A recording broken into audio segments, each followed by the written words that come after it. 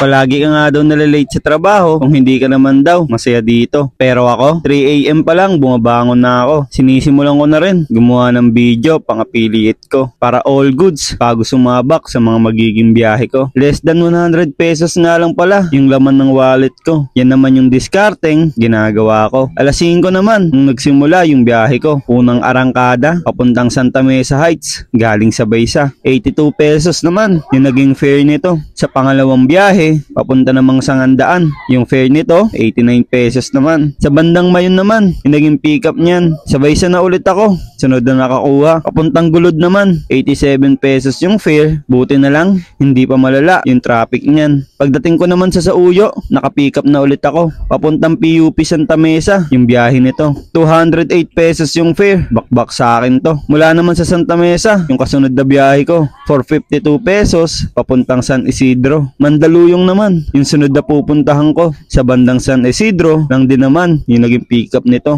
82 pesos yung naging fare nito. Mula sa Addition Hills ng Mandaluyong papuntang Ortigas naman to. 86 pesos yung fare. Expect mo na, gapang ang kasunod nito. Buti na lang sa Robinson Galleria nakakuha ako. Papunta lang rin ng Ortigas Avenue, 450 pesos naman yung fare nito. Gapang malala hanggang sa makakuha. Pasig to Pasig lang din pala yung kasunod na biyahe ko. 83 pesos naman yung naging fare nito. Mula Pasig papuntang Guadalupe naman, 129 pesos yung fare. Bakbakan sa traffic na naman. Gapang ang kasunod na nangyari sa Mandaluyong yung naging kasunod na booking ko. 480 pesos papuntang BGC naman yung magiging biyahe nito. Gumapang lang ulit ako ng Bahagya papuntang Kalayaan yung kasunod na biyahe papunta namang Uptown. Bali pang 12 booking na pala to. All goods secured na rin yung AM Rush incentives natin dito. Wala pa mang alas 10 kumain na ako para makabakbak ulit sa midday incentives. Pabaong adobo tsaka gulay naman yung naging tanghalian ko. Pagtapos ko naman kumain, tinuloy ko na rin yung biyahe ko. Hindi ko na rin pala maisasama yung ibang pag-pick up ko. Hirap kaya mag-edit sa Insta360 no. Tapos wala namang sasahurin dito.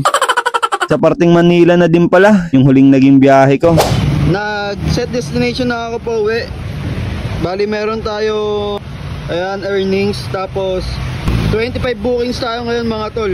Ito yung AM rush natin. 12 rides. Midday 12 rides. Nag-cancel ako kanina isa. Sobrang aga pa ito.